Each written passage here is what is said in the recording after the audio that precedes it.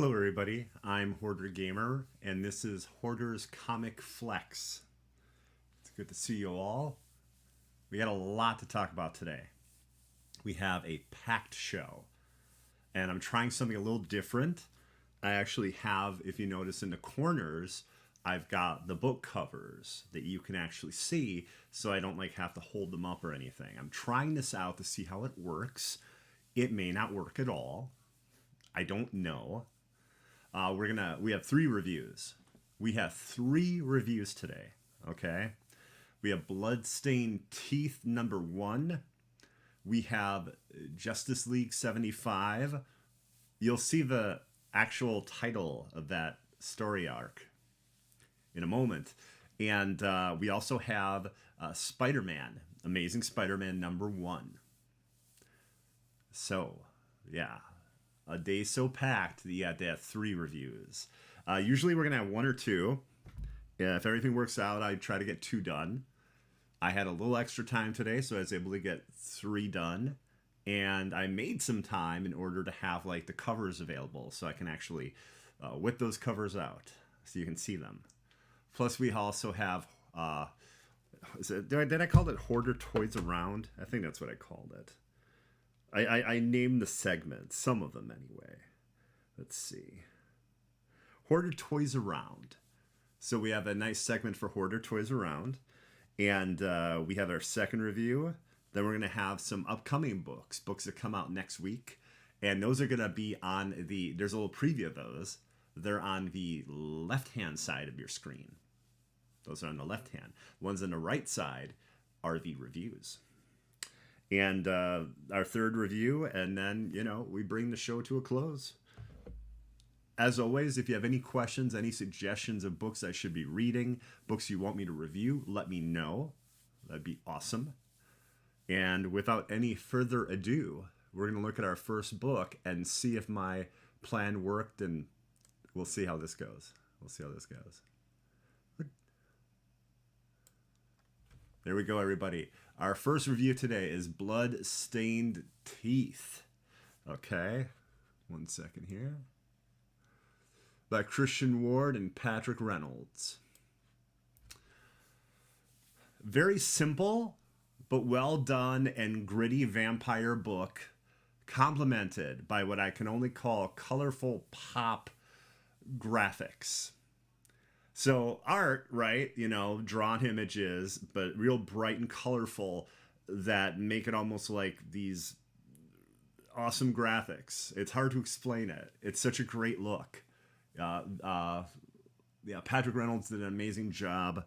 I believe the color is Heather, one second here. Heather Moore. So, yeah, very cool book and extremely simple. You have firstborn vampires, and you have what are called sips. Sips are vampires that are prone to go crazy and dangerous. And this is the story of one man who sired a whole mess of vampire children, who basically gets kidnapped and told that they have to go and kill all the children that they sired, using a bolt gun. Have you seen that movie, oh my God, with Anton Chigurh? That movie? If not, you should see that. No Country for Old Men. Yeah. Well, that's what he has to use as he goes and kills his vampire children. And that's the end of issue 1. Now, of course, I left some things out. I'm not trying to ruin the entire book for you and all the surprises in it. But that's the main part of it. And it's wild because the art is just so beautiful and pop. It just pops. The bright colors, you're not expecting that for a vampire book.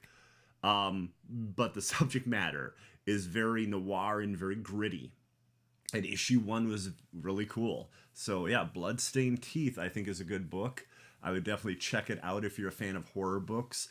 It feels different than a regular vampire comic book. There are elements of it that do remind me of the World of Darkness or Vampire the Masquerade, something like that.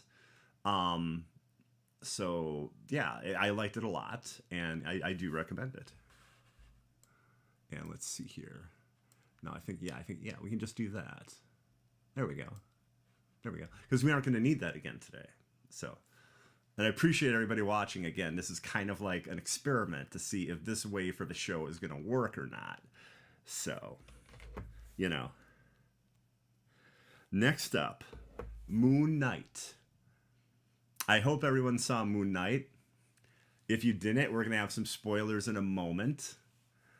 We're going to start with some elements from the previous episode, such as the psychiatric clinic and Towerette. I don't know the exact pronunciation. That would be the god that looks like a hippopotamus. It was a great episode. This episode today was fantastic. And yeah, we're about to have some spoilers, but we'll try not to go crazy with those. If anyone wants to contribute and chat or anything, you know, just type something in. Yeah, great episode. And now the spoilers commence, so hope you're ready. I hope you're ready. So, Mark has been keeping a massive secret from Steven. A secret so enormous that knowing about it undoes Steven.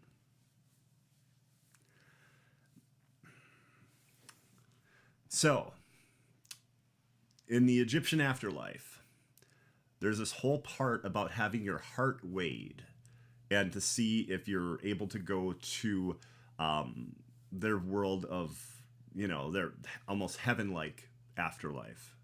Field of Reeds, I think they call it. And your heart is weighed with a feather. So there's a scale, heart on one side, feather on the other. And it has to be equal. Well, Towerette takes Steven's and Mark's hearts out of them and puts them on the scale. And there's an imbalance, a constant imbalance on the scale. And because of that, they won't be able to go to the afterlife. And they need to understand why. So it's a nostalgic trip for both of them. And you basically find out, due to childhood trauma, Mark created Steven. And Steven was never a real person. He was based on a Indiana Jones type character that Mark liked when he was younger. And that realization is the undoing of Steven. And I don't know how they're going to come back for that character, if they are. But wow, episode 5 was phenomenal. So that's the end of spoilers for it. Super minor spoilers that aren't all that mega important. You got to feel for Mark and the situation he had with his mother. My God. Awful. Absolutely awful. So, psychiatric issues seem to run in that family. And because of a trauma that Mark had that he actually caused, but not really because he's a kid,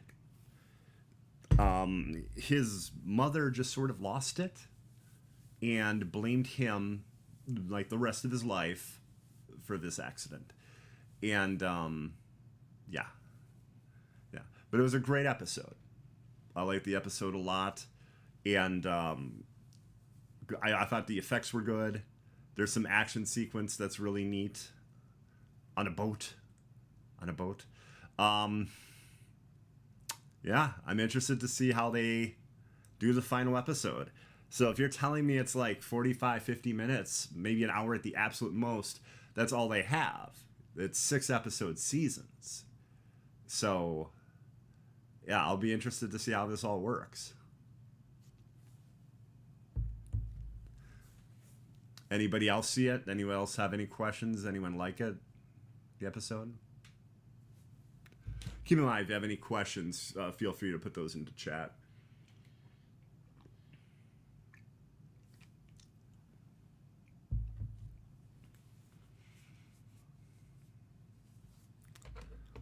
I think it's about time for us to toy around.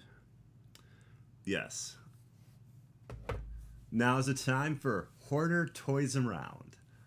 That's the name I'm going with.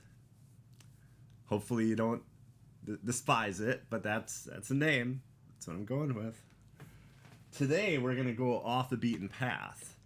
And we're going to look at something that has a number of comic books based on it as a source material, but isn't directly a comic book. It started out as a movie in 1984.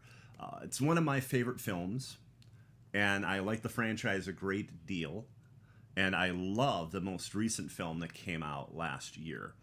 I'm talking about Ghostbusters, and we have Peter Venkman. This is actually a really good depiction of Peter, a really nice sculpt, and this is older Peter. So if you haven't seen Ghostbusters Afterlife, this might be a little bit of a spoiler, but you probably realized, like, you know, all the Ghostbusters except Egon would probably be in it, right? I'm guessing, you know, just about everyone thought that. So yeah, here's older Peter Venkman, and has the proton pack, neutrona wand, has a deck of cards showing a square, similar to the game that he plays in the first Ghostbusters, and then a scene that's in the end credits of the new movie. And also this really cool effect for the blast from the gun, or the plasma. I think it's like a plasma shot or whatever, that's used to ensnare the ghosts. So it's like this really cool see-through orange plastic with blue see-through plastic wrapping around it, looking like electricity almost. So it looks really nice. They did a great job with this figure, and they did figures for all the Ghostbusters, Peter, Ray, and Winston. There was an Egon figure. It was limited, at Target only, and it came with Phoebe. I honestly don't know what Mattel was, or Hasbro was thinking, to be honest with you. I know a lot of people that want that. They can't get it. They just cannot get it. So, how you doing, Spring? Good to see you. Spring, we had our first review. It was a horror comic called Bloodstained Teeth. It was fun. And now we continue with Hoarder Toys Around. So, a little bit of toy news. Thor, Love and Thunder action figures are available for pre-order and shipment, depending on where you get them. Some places, like if you walk into your Walmart, you might find it. If you walk into a Target, you might find them. Some places will have them in May, some places will have them in June.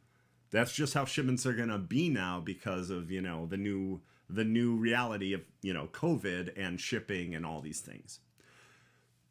Hey, owner. Hey, Neoquan.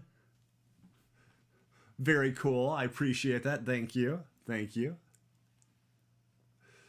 But yeah, the figures are available, you know. There's an awesome Ravager Thor. That's one I will get. There's Jane Foster Thor. I'll pick up that one. Not sure about the new actual Thor. Sorry about that. Mighty Thor is the Jane Foster figure. Not sure if I'll go with the actual regular Thor figure. It's pretty cool, but the way it's sculpted, the eyes are crossed. If you take a look at the figure, the eyes don't match up with the helmet. The helmet's not removable. So, and these are the pictures they're going to use to sell you the toy. So these are going to be like the absolute best versions, the best sculpts, not even the ones you'll find in a box. So I don't know on that one. Oh, very cool. Very cool. But yeah, they're all available. I still believe we're going to get 2 versions of Gore the God Butcher. I think that's a basic version. And I think there's going to be a version more like with a cloak and possibly the things, the connectors or whatever on Gore's body. I don't know if that's the only version of Gore we'll see. Also, the Lego sets are out. There's a really cool one that has some sort of monster creature, Mighty Thor, and Gore the God Butcher, and that one retails at only like 15 or 20 bucks. So that's really neat. If you want the figures, that's the one to go with. They also have the God Boat, I think it's called. And it's got the two animals that are pulling like the two like I believe they're goats pulling the ship, and that also comes with Gore the God Butcher, King Valkyrie, Thor, and Korg. Also comes with Korg as well, and Mighty Thor. So it's an awesome set. But that one's going for 50 bucks. That one's a little bit more expensive, but it's nice. So that's the Thor news. Now, you Teenage Mutant Ninja Turtle fans got some cool news. They've been doing a series of horror figures, and they just added a new one that's coming out relatively soon. April O'Neil as the Bride of Frankenstein. So all you April and Turtle fans, I think, are going to really like that. I'm not. Don't be angry. I'm just being completely honest. I'm not a huge fan of these horror turtles. I like the regular turtles. I like the Turtle Ultimate figures that have come out recently. Those are awesome looking. And I like NECA a lot. NECA's done some great turtle figures. I'm just not huge on this line. However, Donatello as Dracula or Casey Jones as Dracula, that I'm interested in. That I am interested in. I'm just trying to think what other, creatures they'll do, like the Invisible Man, or because these are all based on Universal Pictures horror characters. So I'm guessing we'll get a Dracula. I don't know who makes the most sense, though. I'm guessing it would have to be Donatello.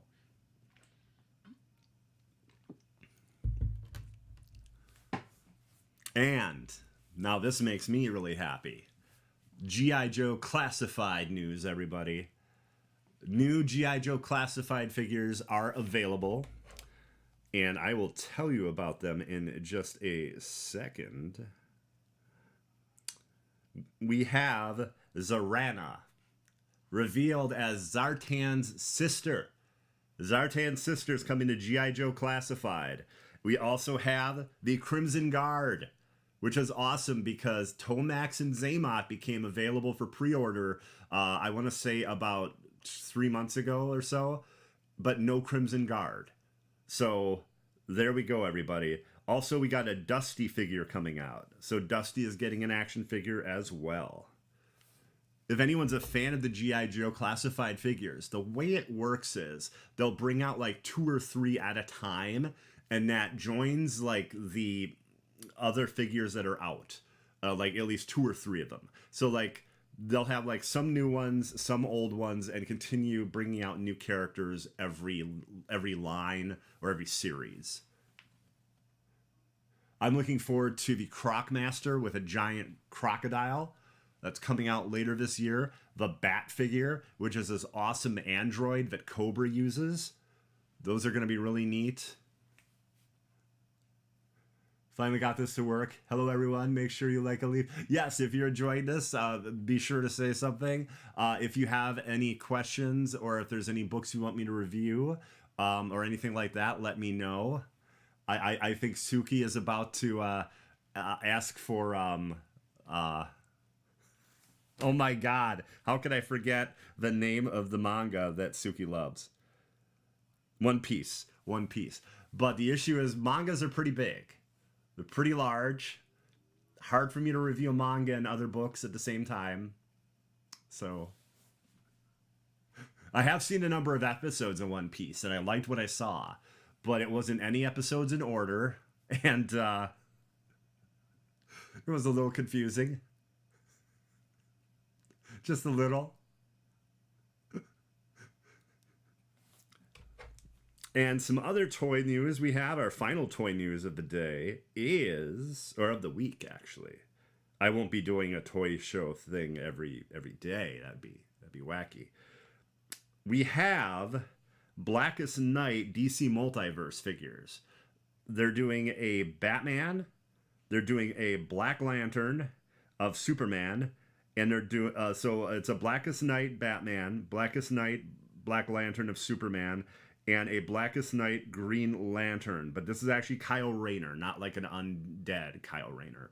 So those are pretty cool looking. I do like the DC Multiverse. They're from McFarlane Toys, and they cover everything, everybody. They cover the video games, they cover the movies, everything. Like, there are the Batman figures from McFarlane that are really nice. Obviously not as well done as the Hot Toys, but I mean, the price difference is so massive between the two, you know. You can't really be upset about that. So we are done toying around with Hoarder. It is time for our second review, everybody. And that review is going to be... I'm going to make it bigger. Going to make it bigger. That's what she hoped for. See, I didn't say that's what she said. That's what she hoped for. Okay. Anyway, Death of the Justice League. Pretty much self-explanatory. Like, you read that cover, what it says, that's what you get. It is wild. This is Justice League issue 75, leading us into, I believe it is Dark Crisis. And then also around the same point, starting next week, we'll talk about this in a moment, Flashpoint Beyond. Flashpoint Beyond. It's going to be big too. So, there's a 2-page spread in here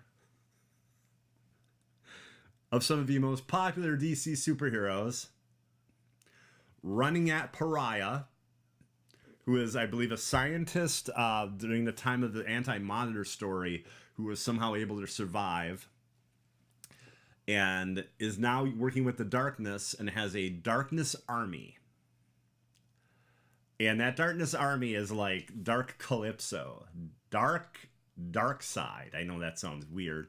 Dark Doomsday. So we're not talking about just like, you know, second, third rung heroes here. We're talking about like the type of heroes you make an entire event for, because they're so dangerous and so deadly. So this army is fighting the Justice League, and they figure out a way to take them on and defeat them, but then they face off against Pariah, and Pariah literally melts the flesh off the Justice League. Like, the panels are, Hero runs at Pariah. Hero starts decaying. Flesh melts away. Hero's skeleton is left. Then we cut to Black Adam showing up to Barry Allen and being like, the Justice League are dead. Because Black Adam was actually there. He teamed up with the Justice League, it seems, because he realized how dangerous the Darkness is. And again, the Darkness teamed up with Pariah and made him incredibly powerful and dangerous. And yeah, this was the last issue of Justice League. Hey, Michael. How you doing, Mike? That's right. The last issue. You're never going to get another issue of Justice League, you know, until like next year when they decide to re-release it.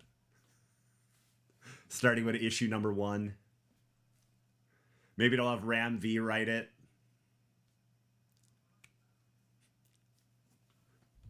I say Ram V because he, I believe he just signed recently an exclusivity agreement with DC Comics for next year. So that's a flagship book, if there ever was one, Justice League. So if they're going to relaunch it, he'd be a great choice. Right now, he's doing Venom and Carnage for Marvel. Both those books are quite good. Ram and L. Ewing took over for Donny Cates when he left Venom. And L. Ewing was writing Immortal Hulk. Donny Cates took Hulk. So I like how that worked. But yeah, this is a must-have book. It's It's surprising how much it made sense to somebody who has read a lot of issues, but not any recently of Justice League. The big pieces make sense. You're gonna have a whole mess of small questions, like why does the book start with Black Adam and have him as like a hero? But yeah, I definitely recommend this book. If you're a Justice League fan, it would be helpful to know what they're doing. Pariah seems to be a very big, important villain. The whole scene of the Justice League fighting off against like the biggest and most dangerous villains in the entire pantheon of DC villainy, villainry is awesome. Or villainy, I'm sorry, villainy. Yeah, that's just great. Now, everybody, we change gears. We put this away, okay? And now we're going to look at books that come out next week. Because we also have to focus on the books that come out next week. Because these are books you can be like, hey, local comic shop, Hoarder told me about this. And Hoarder, not a complete moron. Not a total moron. So maybe this is actually going to be good. Maybe this is. We're going to start with it's going to be easier if we just go by company. Here we go, everybody. This is the big book to get next week. Flashpoint Beyond. Okay, that's Thomas Wayne. What happened was, when the Flash went back to stop his mom from dying, he basically altered everything, and that was the story part, Flashpoint. One of those things that happened is Bruce Wayne is killed in the back alley. Bruce Wayne's mother, Martha, goes insane and becomes the Joker. And Thomas Wayne goes a little insane and becomes Batman, a super violent version of Batman. Well, this super violent version of Batman is trying to stop the Clock Killer. That's the villain in Flashpoint Beyond. And in the book that was the prelude to this, it almost seems like Batman, Bruce Wayne, is possibly the cause or the change of things that have happened here. Or is trying to change this. It's hard to say. It almost seems like Bruce is fighting against his father, even though what his father seems to be doing is good. So this is a big book. This is the book I would recommend everyone to get next week if you can. It's going to be awesome. It's 6 issues. The series isn't super big. Hey, Doom, how you doing?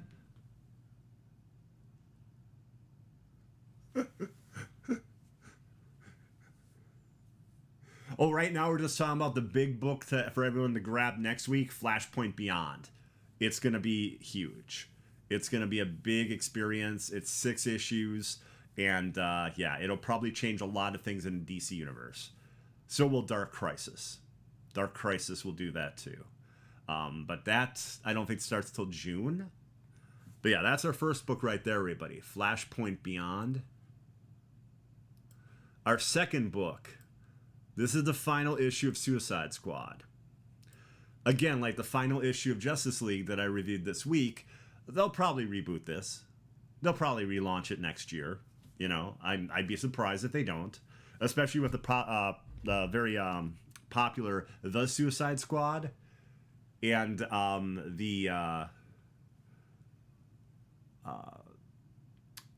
my god, I forgot the miniseries that was on HBO Plus.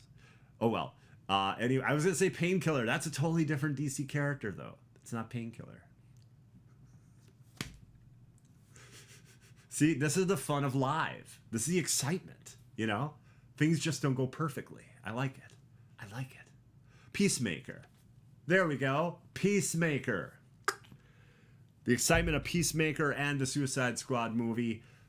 They'll probably relaunch this, but this is the end of a 15-issue arc. They're over with this book, as it actually says the end of the road for Suicide Squad. So it could be very exciting. Will probably be incredibly violent. Amanda Waller might get killed. Who knows? I don't know, because it comes out next week. Haven't read it yet. Oh, no problem, Doom. Is that Bizarro Boy? Let me see. It's hard for me to see. I think I see Talon. So there's Talon of the Court of Owls. I think that is. Yeah. I believe that is.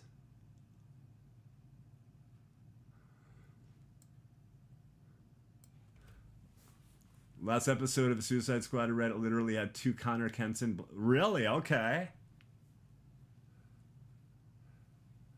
Yeah, this run has been going just over a year. This is the 15th issue. But yeah, this is the final issue of this run. And like, it's so weird to me though. Like, right now it doesn't sound like there's another volume and someone's immediately taking over. Issue 15 seems like an odd point to just be like, well, we're done. We're going to start over at number 1 again in a year. You know?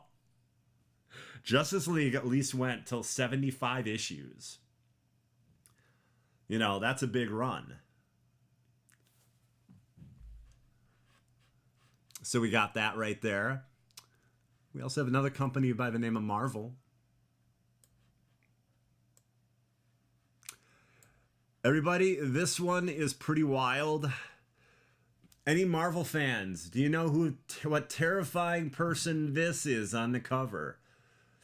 Like, the thing behind her, pretty terrifying looking too. But she is one of the most dangerous characters the X-Men have ever faced.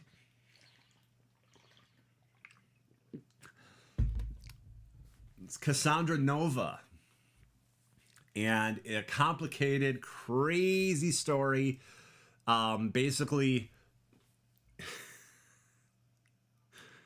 I believe in the womb with Professor Xavier. I'm sure a lot of this was retconned. I believe died in the womb and then like was able to reconstitute itself. Just a very scary person. And Kitty Pryde just hired her to join them on a voyage. And in the last issue, they're basically up against the Shi'ar Empire. Marauders is basically a pirate book, but Steve Orlando is now taking it to the stars. And we have them on like a spacecraft type of vessel. And they're up against the Shi'ar Empire. So I recommend this. Issue 1 was really good. It just came out about like last month. So you should have an easy time probably getting it. It might be second print. I don't know. But yeah, Marauders 2 is next week. That's one I'll definitely be picking up. And not just because I had the amazing opportunity to interview Steve Orlando. That is not the only reason. It's honestly really damn good. Okay, everybody. Our Star Wars fans in the audience, all of our Star Wars fans. Star Wars Obi-Wan, number 1. So, this is going to be a story of like a young Obi-Wan. Basically, it sounds like it's bookended, meaning that you have like old Obi-Wan telling a story to somebody, almost like the Young Indiana Jones Chronicles. Is kind of what it sounds like they'll be doing with this, and it's like a adventure that young Obi-Wan has that he learns something from. So I myself will probably not be picking this up, and unless number reviews are awesome, then maybe. But yeah, I don't know.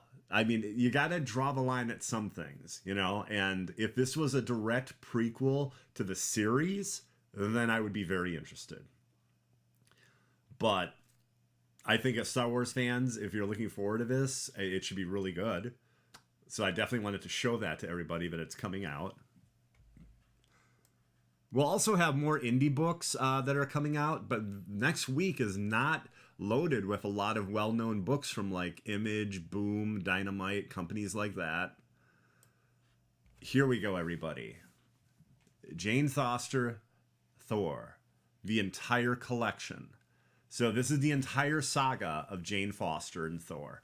It's going to be a paperback. It's going to be $44.99. It's it's hundreds of pages. It's a big story arc. So yeah, just in time for Thor: Love and Thunder, which I believe is July, right? I'm pretty sure that's July. So yeah, Now, do I have any questions on any of these books or any suggestions of books you want me to review? Anything like that? Now, these are all books that are coming out next week.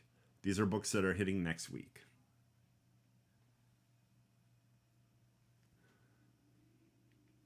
And it was cool doing 3 reviews this week. I usually will do 1 or 2, but I really wanted to do that horror book, Bloodstained Teeth, after reading Justice League 75 and Amazing Spider-Man 1.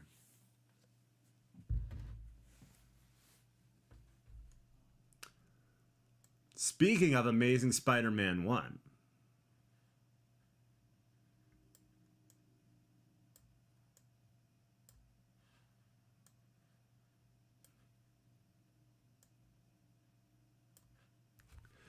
does everybody like this more with the pictures in the corners that I pull out? I think it's a better way to show the artwork and everything like that. It's a work in progress, you know? It was like, hey, I think that might work.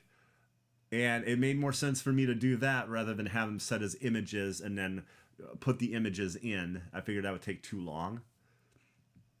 You know, live. So here's Amazing Spider-Man #1, okay? Written by Zeb Wells. And you know what they say? Zeb Wells that ends Wells. I screwed that up. It should have been All's Wells at Zeb Wells, but that's okay.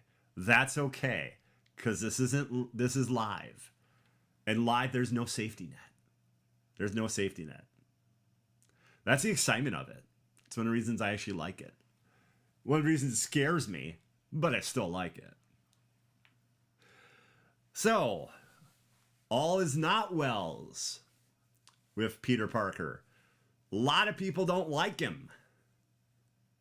He was basically beaten and bloody, near death, in like this mountainous area, and then wham, 6 months later. That's what this book does. That's what this book does. It does the 6 months later thing. And wow. Peter's friends with Tombstone, apparently. Peter is best friends with Randy, who is dating Tombstone's daughter. Aunt May is upset at Peter's lies. And basically, you know, she's just fed up with him. Mary Jane Watson will not talk to Peter.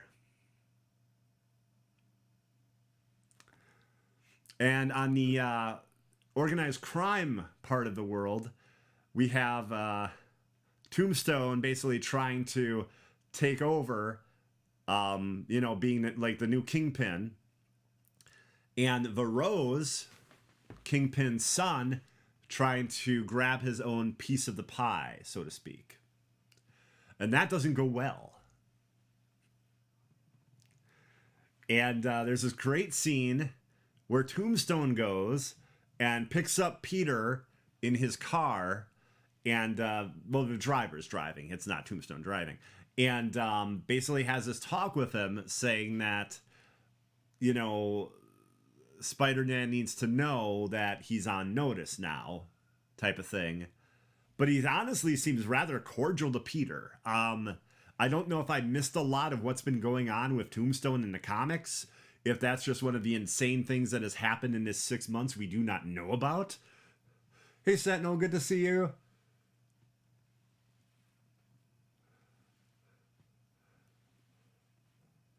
Yeah, so I'm not exactly sure. But we find out that Mary Jane Watson has 2 little kids and is no longer with Peter Parker in this 6-month period. So that's kind of like one of the big reveals. Now, again, I don't ruin everything.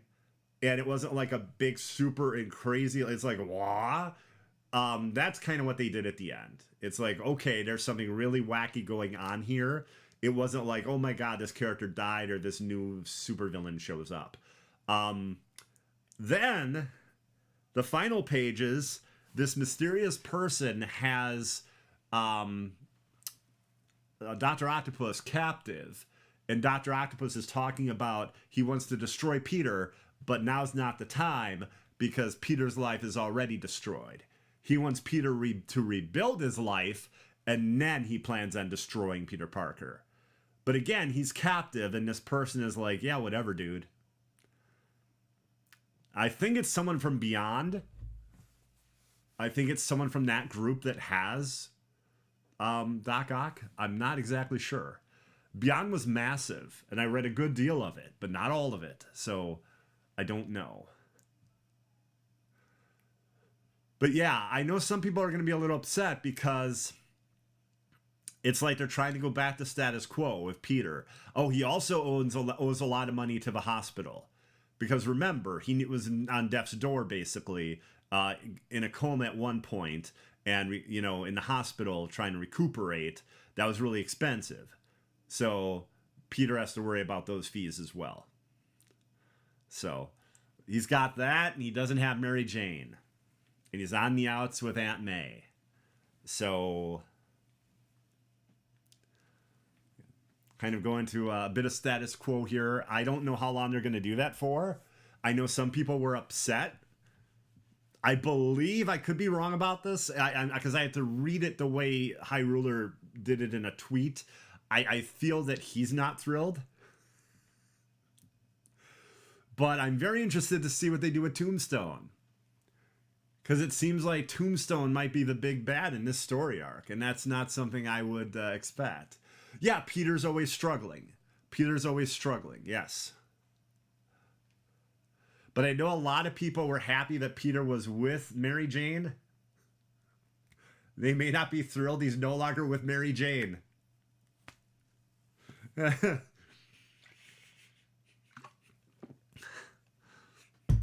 I get that, but I don't have that much of an issue with it.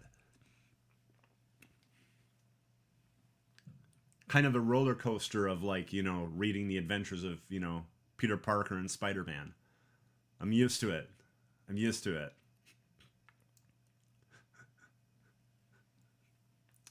But yeah, everybody, we had 3 reviews today. So we had The Amazing Spider-Man #1. We had Justice League 75. The Death of the Justice League, which was very literal. And we also had Bloodstained Teeth #1, which had just gorgeous art. Again, like, it just pops.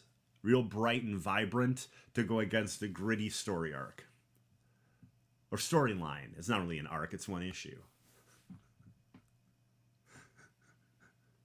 Anyone have any questions or any suggestions of books I should review?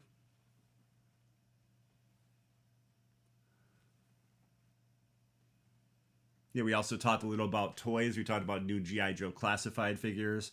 The fact that Thor, Love, and Thunder figures are available for pre-order and in some case direct purchase. Depends if the stores have them. It's a store-by-store case. I think they should have pulled the Star Wars and tried to have a specific day and then have all the toys in that day and sell them that day.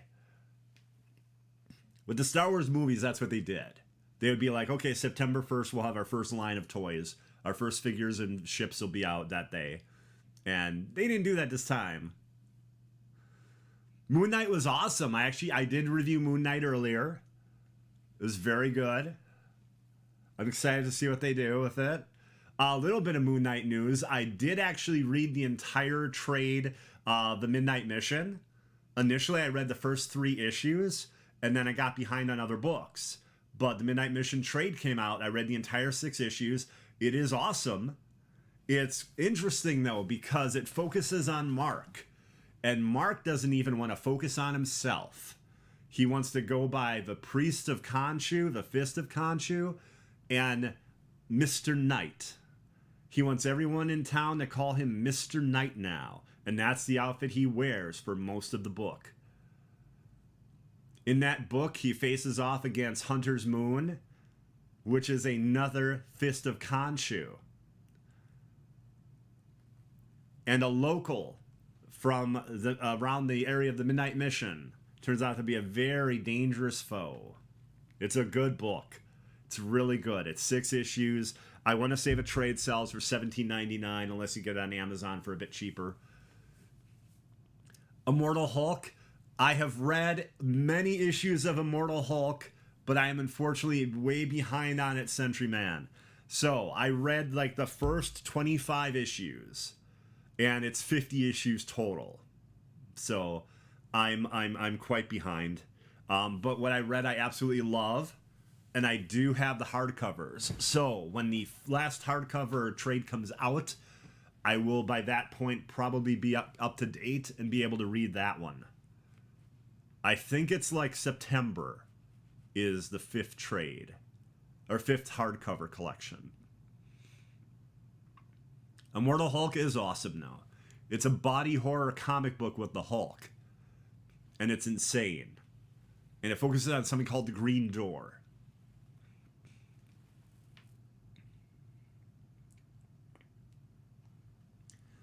Yeah, I love Immortal Hulk. It was actually, I think, twice a month, too, at one point. That's by L. Ewing, who is right now doing Venom with Ram V. L. Ewing, one of my favorite comic book writers. It's hard for me to keep track of the X-Men books, but I think he's doing Immortal X-Men.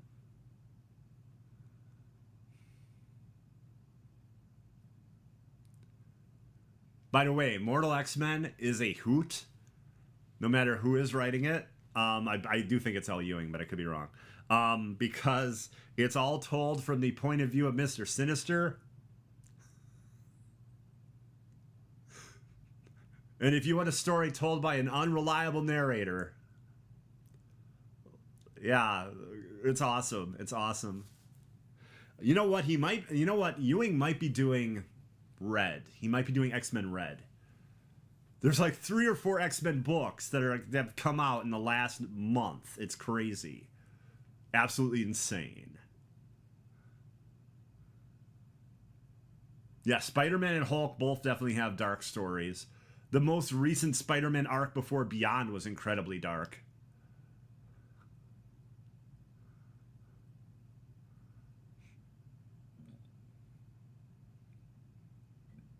I think it was a character named Leviathan.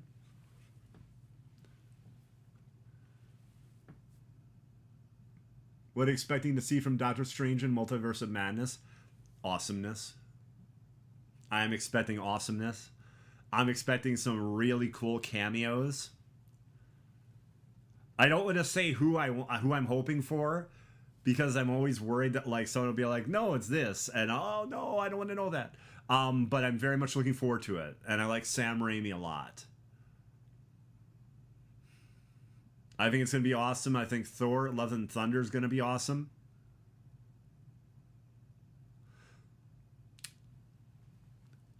Also, keep in mind, everybody, if you like Thor: Love and Thunder, you can get the Lego sets. Those are available.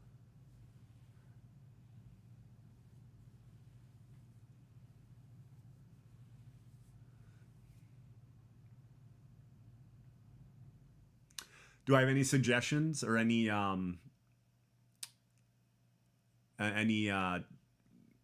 books you want me to review or anything for the future?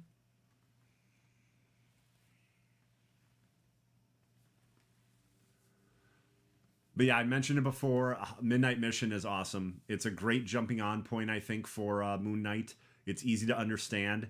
He basically has a mix between a church and a detective agency in New York.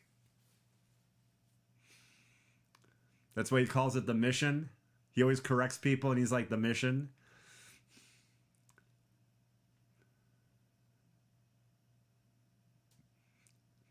Yeah, so that's Jason Aaron, right? Did he write the Gore the God Butcher story arc, or who did that?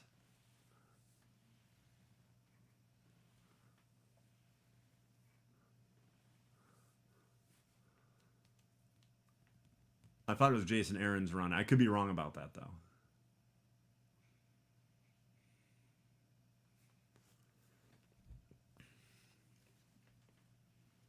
I'm behind on Donny Cates' Thor, but I'm enjoying it a lot. It was, okay. Yeah, Jason Aaron is an awesome writer. He did a really good Star Wars book, too. Back in, I want to say 2015, 2016, I think it was. He did like the Star Wars comic. And then Kieran Gillen, not Karen, Kieran Gillen did an excellent Darth Vader comic book. And I believe those omnibuses are being reissued. I believe they're reissuing the Star Wars one, and I believe the Vader one comes out in like June or something. Oh, you know what? They may not have had omnibuses. I know they had hardcover collections, and I think those are out of print. The separate ones. But yeah, if you're a Star Wars fan, I highly recommend checking out Jason Aaron's run on Star Wars, as well as Kieran Gillen's run on Darth Vader. I read the first half of Charles Soule's run, and I liked it, but it didn't floor me.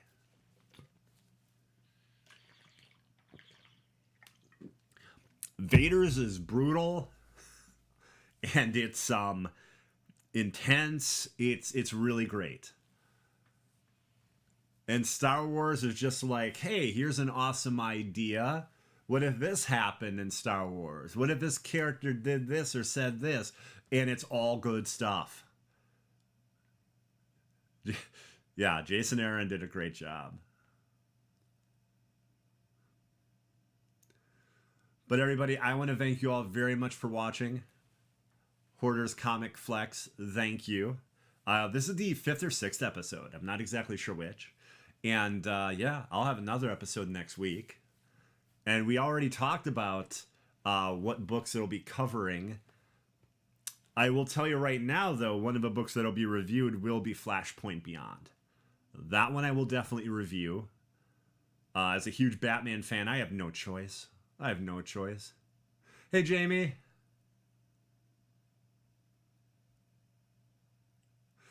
I see the flex emote there, so I'll have to do the Hoarder's Comic Flex then. There we go.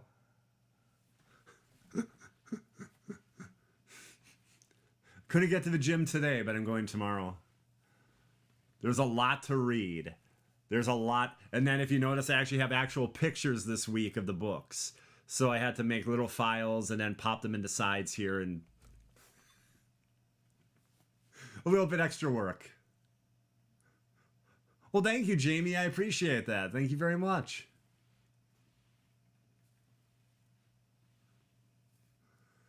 Yeah, Flashpoint should be awesome. It should be really good. I read the one that came out with the Thomas Wayne story arc and Batman looking for what was it? Was it a snow globe? I'm trying to think what he was looking for. But I read that. That came out like I think last month, and it was kind of a prelude to it. Well, I will. We'll always have some sort of show review. I don't know if it'll always be comic book shows. I don't know if it always can be. I think Obi-Wan would make sense to be the show review when that's airing. And there's a lot of Star Wars comics, so I think that works. I think that works and makes sense. And being that we were talking about vampires earlier, I'll be streaming some of Vampire the Masquerade Blood Hunt over on Twitch on my channel, Hoarder Gamer. That'll be at 10 p.m. Central. So about an hour and 5 minutes, everybody. And I would just like to thank Doom Squad Gaming for letting me use the Doom Squad Gaming YouTube channel. Thank you very much. And everybody, I hope you have a fantastic night. Thank you, and I'll see you later. Bye-bye.